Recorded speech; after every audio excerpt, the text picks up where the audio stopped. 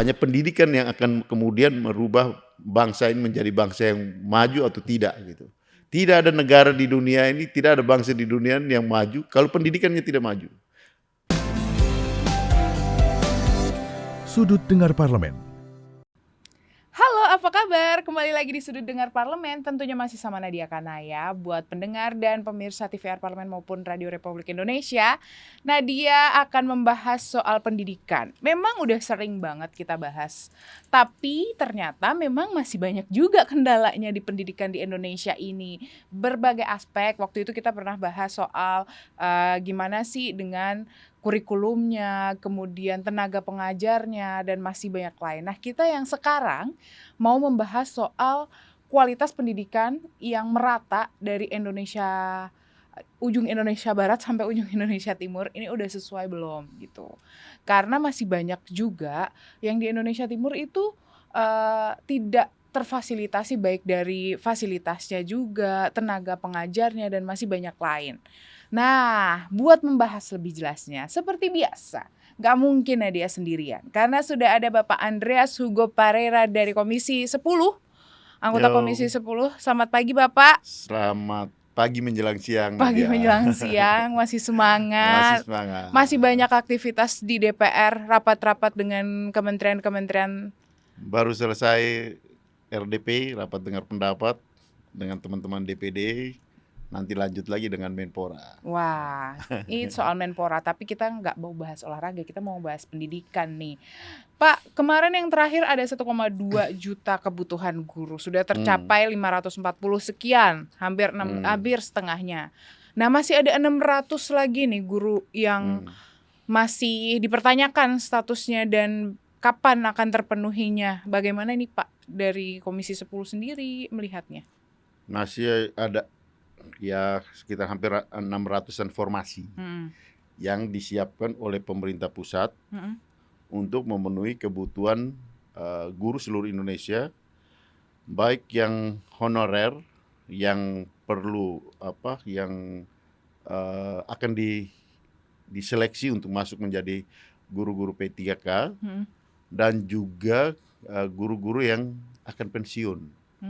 Yang akan pensiun ini akan diganti, dan totalnya ya dari data pokok pendidikan yang ada di Pusdatim Kementerian Pendidikan dan Kebudayaan, kita punya atau pemerintah pusat menyediakan ada hampir 1,2 formasi. Dan setelah seleksi dua periode seleksi, itu baru terisi 500-an, hampir 600-an ribu formasi.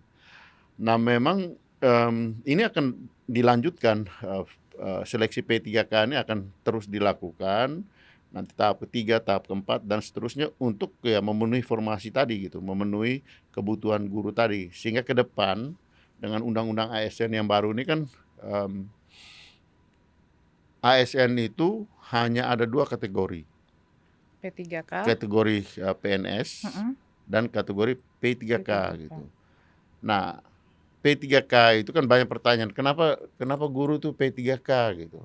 Kenapa enggak ASN ya? Kenapa enggak PNS gitu. Kan banyak, kami mau jadi PNS. Kami enggak, kenapa P3K gitu. Karena P3K itu untuk pegawai ASN yang profesi. Jadi ya mereka yang profesi, guru itu profesi, dokter itu profesi, insinyur itu profesi gitu. Sehingga kalau banyak guru di daerah yang saya tanya, mereka tanya ke saya tanya, kamu mau jadi PNS atau mau jadi guru? Mau jadi guru dong. Ya kalau mau jadi guru P3K gitu, karena guru itu adalah profesi.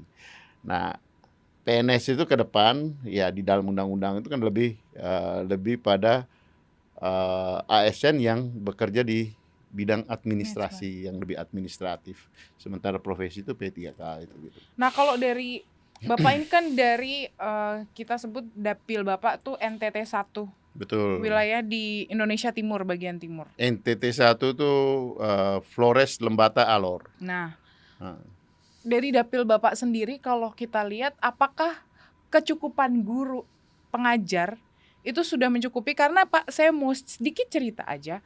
Waktu itu saya sempat ke Papua, di daerah Papua itu. Sedikit gambaran, di satu daerah itu hanya ada satu guru yang mendidik dari SD, SMP, SMA di satu sekolah. Nah, bagaimana dengan yang ada di dapil Bapak sendiri? Ya, memang ada sekolah yang ya seperti tadi gitu. Ada guru yang mengajar 3 kelas.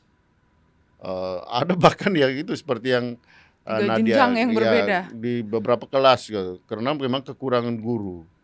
Tapi ada juga sekolah-sekolah yang ya guru tidak mendapat mata pelajaran. Nah, sehingga problemnya yang kalau saya lihat di dapil saya paling tidak ya. Problemnya itu adalah mapping terhadap sekolah-sekolah ini, pemetaan terhadap sekolah-sekolah. Karena banyak juga terjadi yang saya lihat juga, banyak juga sekolah yang berjubel gurunya. Ini baik siswanya maupun gurunya cukup. Tapi ada sekolah yang kekurangan. Ya banyak sekolah-sekolah negeri itu siswanya banyak gitu, siswa-siswanya banyak. Kenapa? Karena banyak juga sudah ada sekolah swasta di sini, dibangun lagi sekolah negeri di sebelahnya. Nah, kenapa? Karena sekolah SD, SMP itu adalah kewenangan pemerintah daerah kan. SMA, SMK itu kewenangan gubernur. Sering terjadi ya para bupati atau wali kota ketika mereka berkampanye di dalam pilkada, mereka menjanjikan ketika masyarakat, kami ingin punya sekolah di sini, mereka menjanjikan, dan kemudian mereka memenuhi janji itu dengan membangun sekolah. Nah, sementara ketika sekolah negeri dibangun, di dekat-dekat situ ada sekolah swasta kekurangan murid, kekurangan siswa. Nah, ini yang saya kira juga perlu satu hal yang perlu dibenahi, pemetaan ini, sehingga kalau sekolah yang ya kan pernah Menteri Mendikbud pernah menyampaikan kalau sekolah di bawah 60 siswa jumlahnya itu di merger aja gitu, artinya digabungkan lah gitu. Maksudnya untuk itu kan, dan itu dengan tidak diberikan dana BOS gitu kan. Nah, maksudnya sebenarnya supaya menggabungkan sekolah-sekolah itu. Tapi memang kita tahu ada beberapa hal yang harus dikecualikan. Misalnya sekolah-sekolah di daerah perbatasan. Daerah yang jarang penduduknya. Nah, tetap harus dilayani. SD paling tidak, SD, SMP itu harus ada. Kenapa? Karena ya kalau di daerah perbatasan kalau jumlah siswanya kurang dari 60, masa mereka tidak dididik gitu. Ya, tetap betul. aja mereka harus dididik juga gitu. Mereka juga harus mempunyai hak untuk memperoleh pendidikan gitu. Jadi pemetaan itu penting supaya kita tahu persis gitu. Tapi ya di daerah-daerah yang padat jangan terlalu banyak sekolah yang berjubel di tempat yang sama gitu. Nah, sebenarnya masih ada pertanyaan lagi soal yang dari pemetaan itu, berarti apakah 600.000 yang sudah terekrut ini sudah disebar dengan tepat, dan masih ada sisa yang kekosongan dari 600 sisanya yang belum terekrut itu, Pak? Nanti kita akan bahas ya, Pak, karena kita ternyata harus break terlebih dahulu. Okay. Baru sebentar ngobrolnya ternyata harus break. Jadi jangan kemana-mana, tetap di Sudut Dengar Parlemen.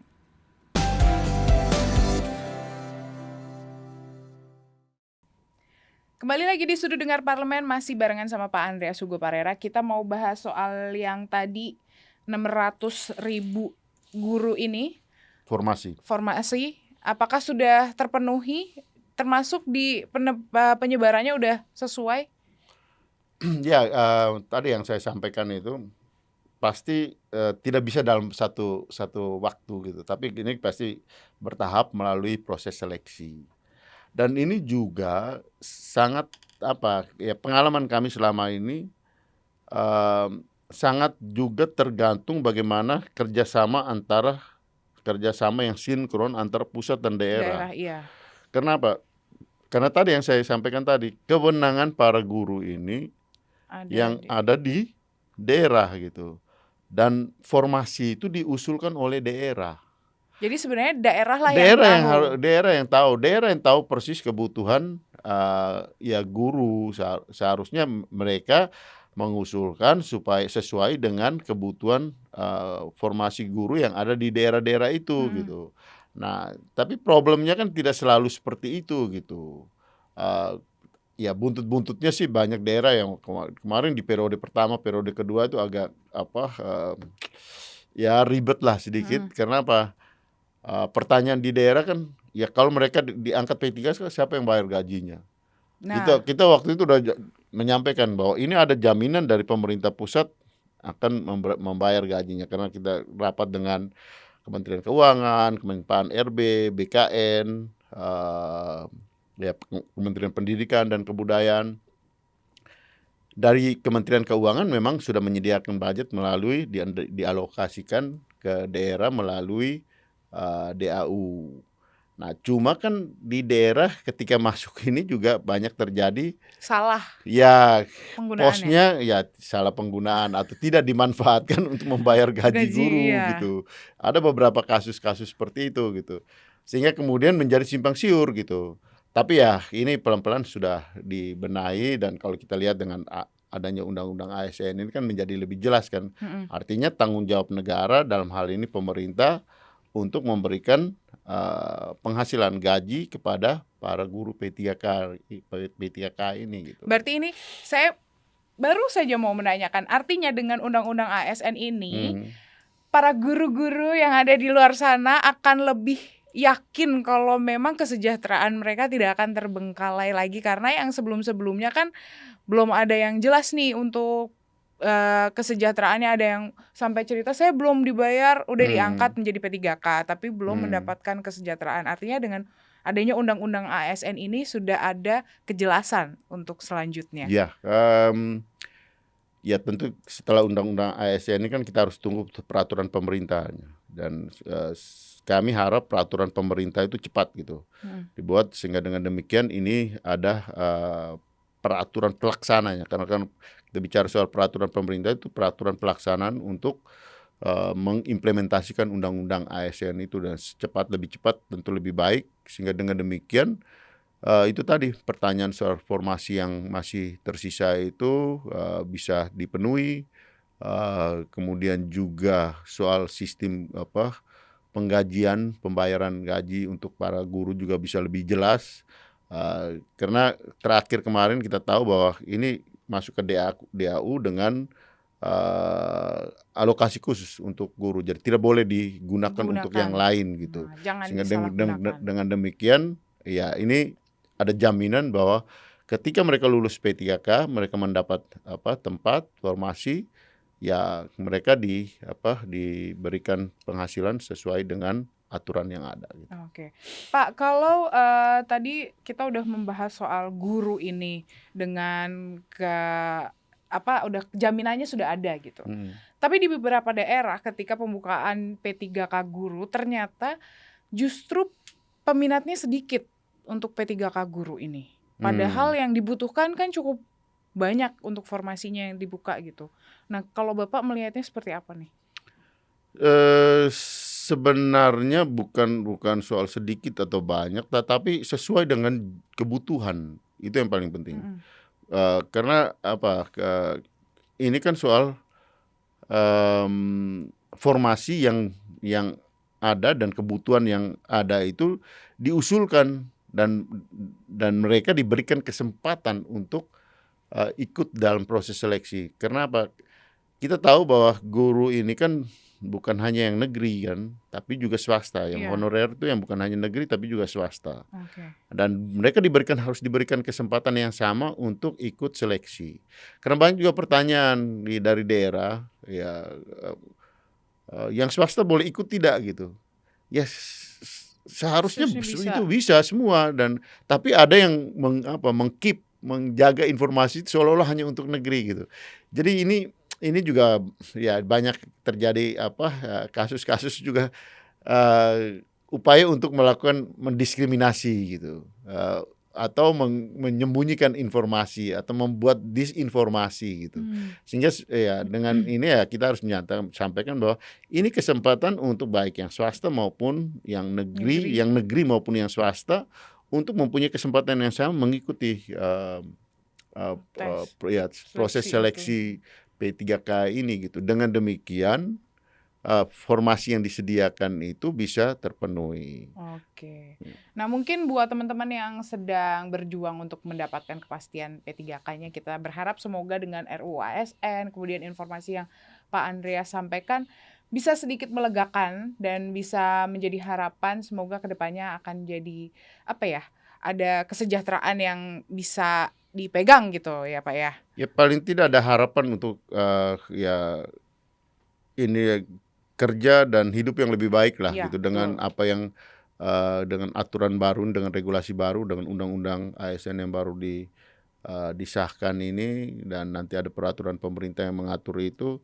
Ini akan lebih memberikan jaminan gitu bagi guru, mereka punya harapan dan untuk bekerja yang lebih serius, lebih fokus, sehingga dengan demikian mereka bisa mendidik anak-anak bangsa ini lebih baik gitu.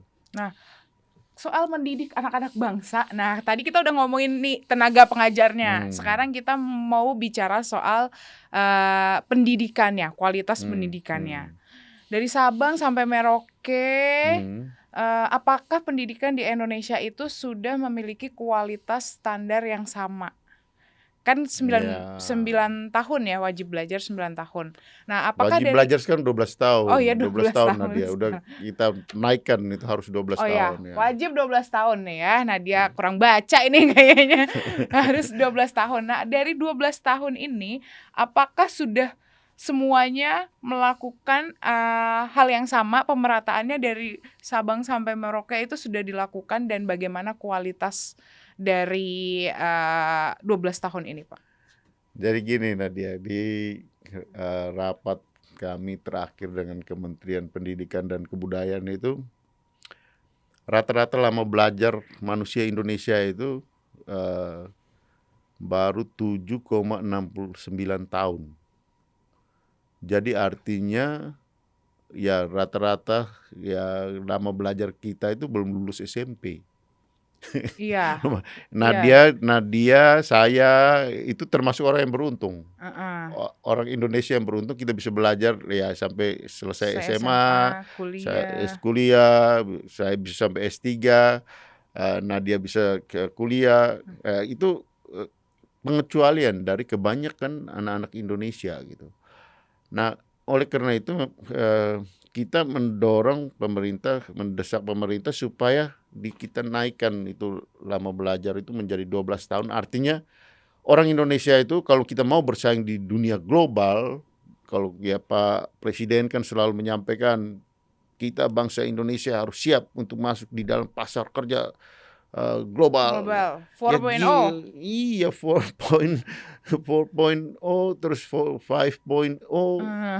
Tapi kalau tenaga kerja kita nggak lulus SMP, itu gimana mau bersaing gitu. Betul. Yang akhirnya yang terjadi kita hanya kirim TKI kerja di Malaysia, bukan di Kuala Lumpur tapi di kebun-kebun sawit. Hanya seperti itu. Karena apa? Karena memang faktanya ya kita tenaga kerja kita dengan kualifikasi yang terbatas.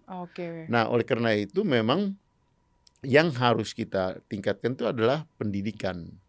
Pendidikan ini penting gitu. Hanya pendidikan yang akan merubah manusia. Hanya pendidikan yang akan kemudian merubah bangsa ini menjadi bangsa yang maju atau tidak gitu. Tidak ada negara di dunia ini, tidak ada bangsa di dunia ini yang maju kalau pendidikannya tidak maju. Hanya bangsa yang berpendidikan yang maju yang akan maju bangsa dan negaranya. Itu kata kuncinya gitu. Sehingga memang ya kita harus kejar itu lama pendidikan itu, tingkatkan lama belajar dan mengatasi putus sekolah. Karena opposite-nya lawan kata daripada lama belajar itu adalah putus sekolah. Nah, itu masih menjadi PR. Nah, itu satu hal yang kita kejar supaya jangan sampai terjadi putus sekolah. Dan kenapa? Karena putus sekolah ini juga yang kemudian menyebabkan kualifikasi ya manusia Indonesia ini ya tidak bisa naik gitu, tidak bisa naik kelas gitu. Nah, itu nanti kita bahas lagi, akan perdalam lagi. Tapi kita ternyata harus jeda lagi, Pak. Jadi jangan kemana-mana, tetap di Sudut Dengar Parlemen.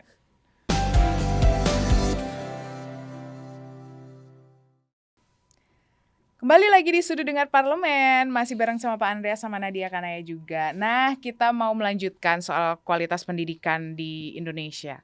Di Indonesia ini mungkin yang di wilayah Jawa udah mulai banyak meningkat nih dari pilihan sekolahnya. Jawanya di mana dulu gitu? Kalau di Jawanya Jakarta, di Pulau Jawa. di Pulau Jawa. Kalau di Jakarta, di Bandung, di kota-kota besar sih oke. Iya, Tapi kalau di Garut Selatan, dia Cianjur Selatan, ternyata belum juga ya Pak ya? ya beda-beda tipis lah dengan di NTT. Oh, nah kalau di NTT sendiri Pak, di wilayah salah satu wilayah yang ada di Indonesia Timur nih, kita berkaca dari dapil Bapak sendiri. Seperti apa sih kesenjangannya, gambarannya antara di wilayah Pulau Jawa dan di yang ada di sana, Pak? Ya, Bapak Presiden kan selalu menyampaikan bahwa kita melaksanakan pembangunan ini harus Indonesia sentris, tidak Jawa sentris. Ya, makanya kita membangun infrastruktur di luar Jawa, tol, jalan tol, jalan kereta api, rel kereta api di Papua buka jalan. Ya benar, artinya itu banyak hal yang merubah sistem transportasi kita gitu, pembangunan fisik gitu. Tapi di bidang pendidikan belum. Yang saya mau sampaikan bahwa ya pendidikan itu masih kota besar sentris atau ya Jawa sentris, tapi lebih tepatnya masih kota besar sentris atau Jawa sentris gitu. Belum Indonesia sentris.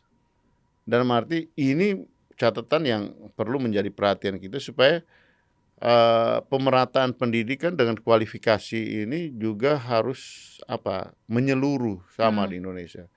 Baik itu pendidikan dasar sampai dengan pendidikan tinggi gitu.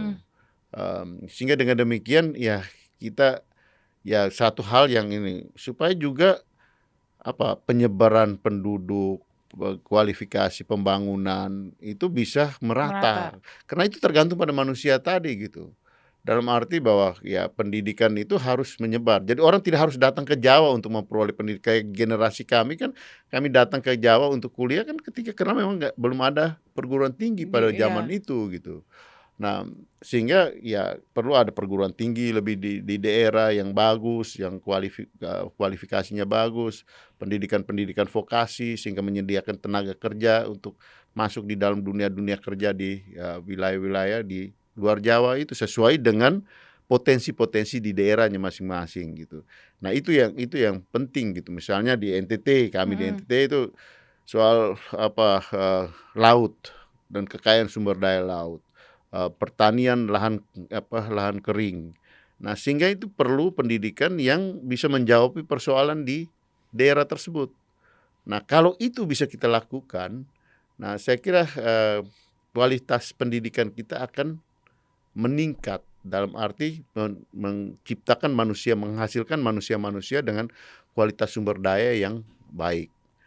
Dan itu menjawab kebutuhan di daerah-daerah tersebut. Dan pasti akan berdampak pada kualitas hidup yang ada di daerah nantinya kan Pak? Pasti, karena itu tadi yang saya katakan daerah itu maju, negara itu maju atau tidak itu sangat tergantung pada manusianya gitu.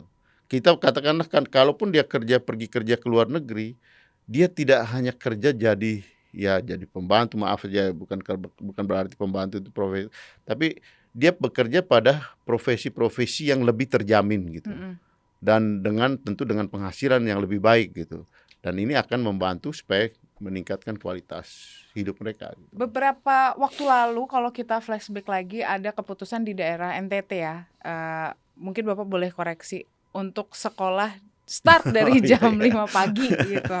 Itu sempat jadi pro kontra gitu kayak, kenapa harus jam 5 pagi? Alasannya salah satunya karena kan lah orang jualan perekonomian aja start dari jam 5 pagi, it's fine gitu, nggak kenapa-kenapa gitu. Berarti kalau belajar mulai dari jam 5 pagi nggak apa-apa juga dong. Besoknya karyawan suruh jam 5 pagi juga. Nah, kalau Bapak melihat sendiri dengan keputusan dan wacana ini, apa yang sudah dilakukan ini, apakah sudah memberikan efek pendidikan yang oke, kualitasnya menjadi meningkat? Saya nggak tahu, karena itu kewenangan gubernur, dan gubernur membuat peraturan seperti itu untuk beberapa sekolah lah gitu, di Kota Kupang aja gitu. Oh, di Kupang aja. Ya mungkin mau buat apa, Gebrakan. gebrakan atau membuat kelinci percobaan untuk ke sekolah-sekolah itu, tapi sangat berisiko gitu. Kenapa? Bayangkan kalau orang sekolah mulai jam 5 pagi, dia bangun jam 3 pagi gitu. Orang tuanya harus artinya, di luar jam kebiasaan apa, kehidupan manusia gitu, sirkulasi kehidupan manusia gitu. Dan itu menimbulkan banyak hal, problem soal transportasi, keamanan. Ya, saya baru hari Senin. Hari Senin kemarin, ini kita hari Rabu, hari 2 hari yang lalu saya ketemu dengan Pak pejabat gubernur sekarang dan saya tanya, dia bilang, "Ya kita sudah kembalikan ke Oh, jam berarti sudah sekolah tidak ada normal." jam Jam 5 sekolah pagi ya, itu jam ya? sekolah. Sekolah jam 5 pagi atau bangun jam 5 pagi dan sekolah lebih awal misalnya jam 6 atau jam 7, setengah 7 pagi, itu bisa kita lakukan kalau di asrama. Kalau pendidikan-pendidikan di asrama itu ya start mulai jam 7. jam 7, misalnya dia olahraga dulu, dia kemudian kalau di daerah tuh mungkin ada kebaktian atau yang ini sholat subuh Iya. apa bla bla, itu biasa kalau kita ada di dalam suatu komunitas hidup bersama di asrama. Tapi kalau di masyarakat kayak gitu kan jadi berantakan, kacau balau. Sementara ritme kehidupan itu kan baru mulai sekitar jam 7, setengah 8 gitu. Ya, soal transportasi, soal keamanan, anak-anak harus pergi pagi-pagi dari rumah. Kalau rumahnya dekat dengan sekolah nggak apa-apa, kalau rumahnya jauh gimana? Belum ada transport, dia jalan Iya, kaki gitu betul. ke sekolahnya. Tapi akhirnya keputusan itu sudah Ya dihapuskan sudah berarti? saya dengar kemarin saya dengar langsung dari Pak pejabat gubernurnya sudah diganti kembali ke kehidupan normal lah, jam sekolah normal. Nah, ini kemarin saya sempat membaca juga nih, Indeks Pembangunan Manusia di tahun 2022, NTT mengalami peningkatan 65,90% dibandingkan tahun sebelumnya nih. Nah, untuk dampaknya itu ke pendidikan apakah juga ada? Karena kalau dari pendidikannya yang saya baca, peningkatannya hanya 0,06, sekitar itu. Iya, ya seharusnya seperti itu, dalam arti kita bekerja kan untuk meningkatkan kualitas hidup itu gitu. Termasuk Dan naik naik naik 0, itu ya saya tidak katakan bahwa itu sangat bagus, tapi itu lumayan gitu. Artinya tidak bisa kita juga membuat langsung di pendidikan itu, di pembangunan manusia itu kita seperti bolak-balikin tangan gitu. Kalau kita membangun jembatan, membangun gedung, ya itu bisa kita target, dalam satu ini malam bisa selesai gitu. Tapi ya kalau pendidikan itu kan perlu waktu dan tapi peningkatan itu harus continue dan selalu bertahap tapi pasti. pasti gitu, dalam arti bahwa tiap periode, katakanlah tiap periode 5 tahunan itu harus ada target pencapaian peningkatan itu tadi indeks prestasi manusia, lama belajarnya, sehingga dengan demikian itu meningkatkan kualitas sumber daya manusia. Terakhir Pak, sebenarnya yang ingin Bapak sampaikan untuk pemerintah nantinya, bagaimana sih agar kualitas pendidikan di Indonesia ini merata? Terus habis itu, ini kan di Indonesia ini setiap kali pergantian pemimpin, pasti akan ada perubahan dalam segi pendidikan, kurikulum A, B, C, D, E, sedangkan adaptasi kita itu belum secepat itu gitu. Nah, bagaimana Bapak melihatnya? Kalau saya sih lihat mengenai pendidikan itu, ya kalau tadi kita bicara poin yang soal berkaitan dengan pergantian pemerintah, pergantian menteri, pergantian pemerintah, ganti sistem pendidikan. Perubahan pendidikan dari sistem pendidikan itu perlu, tapi bukan karena pergantian pemerintahan, tapi karena memang kebutuhan zaman. Ya, beradaptasi dengan perkembangan misalnya teknologi, perkembangan zaman ini, kita harus merubah kurikulum kita sehingga dengan demikian adaptif dengan perkembangan zaman. Nah, tapi jangan hanya karena pertimbangan suka-suka orang gitu, dalam arti suka-sukanya menteri gitu. Nah, oleh karena itu harus diatur di dalam suatu peraturan yang mengikat siapapun dia, dan itu ada dalam undang-undang gitu. Saya lebih cenderung kalau di dalam undang-undang pendidikan ke depan itu juga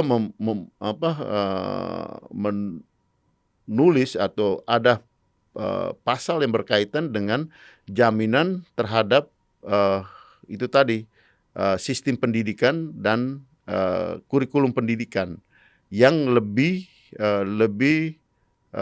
pasti gitu, sehingga tidak tergantung pada selera siapa yang menjadi pejabat di situ gitu.